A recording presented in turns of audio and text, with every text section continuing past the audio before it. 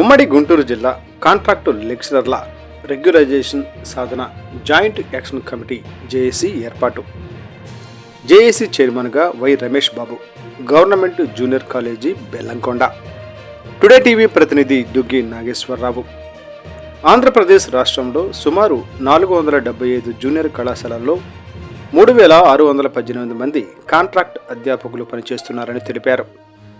General elections కారణంగా నిలిచిపోయిన రెగ్యులరైజేషన్ను అమలు చేసేందుకు రాష్ట్రంలోని 3618 మంది కాంట్రాక్టు లెక్చరర్ల సంఘాలు ఒక జాయింట్ యాక్షన్ కమిటీ జేఏసీగా ఏర్పాటు చేస్తున్న నేపథ్యంలో రాష్ట్ర జేఏసీ పిలుపు మేరకు ఉమ్మడి గుంటూరు జిల్లా నాయకులు ఆదివారం గుంటూరు నగరంలోని సాంబశివాపేటలోని ప్రభుత్వ మహిళా జూనియర్ కళాశాల నందు కాంట్రాక్టు అధ్యాపకుల రెగ్యులరైజేషన్ సాధన జాయింట్ యాక్షన్ కమిటీ నూతన కార్యవర్గాన్ని ఏర్పాటు చేయడం జరిగిందని తెలిపారు.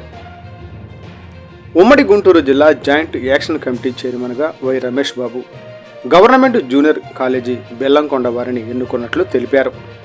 కో చైర్మన్గా ఆర్ శ్రీరాములు, జీజేసీ మాచవరం వారిని, వైస్ చైర్మన్గా ఎన్వి రమణ, జీజేసీ గురజాల వారిని, ట్రెజరర్గా కె సుధీర్, జీజేసీ దుర్గి వారిని, సెక్రటరీగా కె జయశ్రీ కావూరు వారిని, ఆర్గనైజ్ సెక్రటరీగా వి బాలు నాయక్, జీజేసీ బెల్లంకొండ వారిని, కె ఉమామహేష్, జీజేసీ వినుకొండ వారిని, కె రమేష్ బాబు, జీజేసీ గురజాల వారిని, జె బద్యా నాయక్ గురజాల వారిని, కోఆర్డినేటర్గా M Abhaya Pradamba, GVJC Guntur, MD Parveen Sultan, GVJC Guntur, G Haritha, GJC దుర్గివారిని, లేడీస్ సెక్రటరీగా M Nagalakshmi, GJC Kavuru, state council మెంబర్లుగా T Srinivasarao, GJC Gurajala, M Balayya, GJC Kavuru, A Bhagyam, GVJC Guntur,